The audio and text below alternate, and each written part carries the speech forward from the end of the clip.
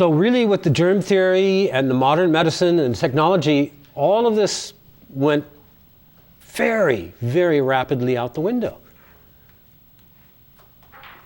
And then even more recently, what's gone out the window is because of the constraint of schedule, time, our lifestyle has become dramatically out of balance. I mean, we all say that we know that, but I don't think we really begin to recognize the implications and the impact that has. We are not able to successfully be objective or clear enough to see that driving to and from work is crazy. We don't believe that. We're not capable. I'm jumping out there being extreme, because I know people say, well, it's crazy, but I like my car. I've got a nice car. You've got a nice car. And that's one way of managing it. Yeah. Well, how do I deal with this crazy thing of driving to and from work? I get a nice car that I can really appreciate. But give me a break. It doesn't compare to a beautiful Arabian with a hand-tooled saddle. It doesn't compare to a beautiful handmade robe with a turban sitting on. I mean, we're not able to find the perspective that gives us clarity about what's happening here. There's a book called Pattern Language. Anybody into architecture, know architecture? There's a book called Pattern Language, which is a very good book. I don't know whether I'd recommend it. I didn't put it on the book list. I considered it. I don't know whether it's worth buying unless you're really a book fan or you like to read. This is by an architect in Berkeley. And it's a very big, thick book, and it's about lifestyles and patterns of, it's called a pattern language.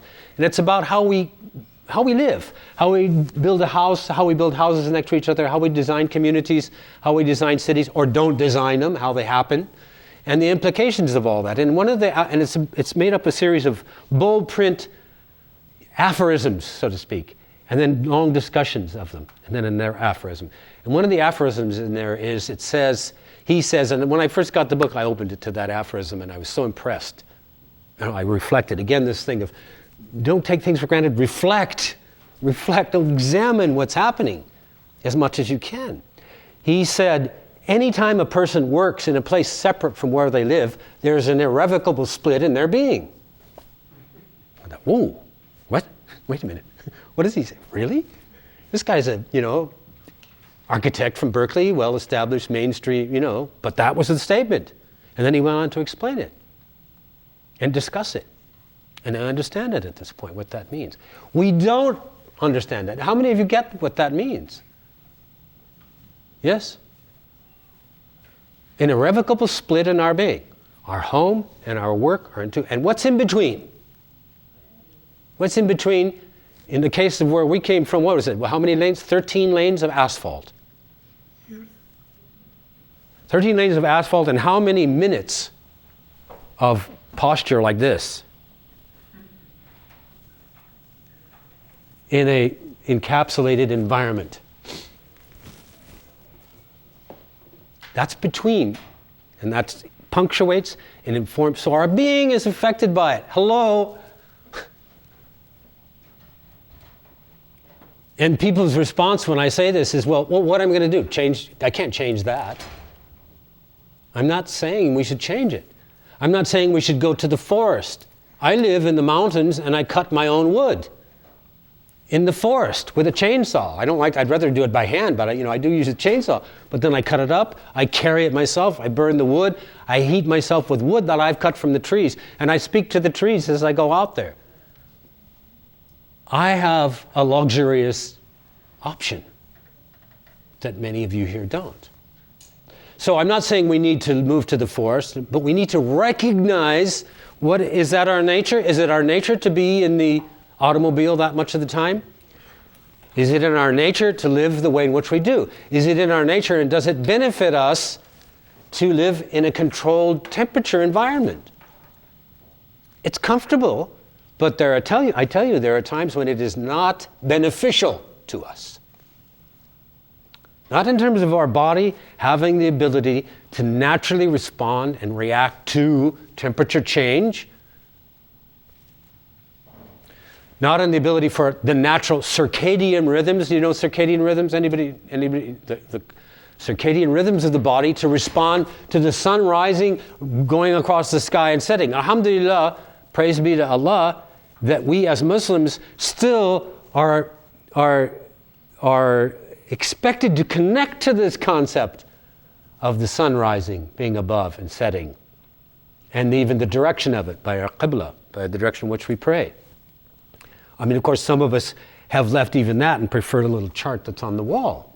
Or if we live in the city, we don't have much choice. We don't know what time of day it is. But the body likes to know it. The body has natural harmonics that delight in the circadian patterns, the daily patterns of day and night. So that medicine, the traditional medicines that were earth-based, Chinese medicine, elements. Ayurvedic medicine, elements. Right? Greek medicine, Arab medicine, hikmah, 4 elements: earth, air, fire, and water.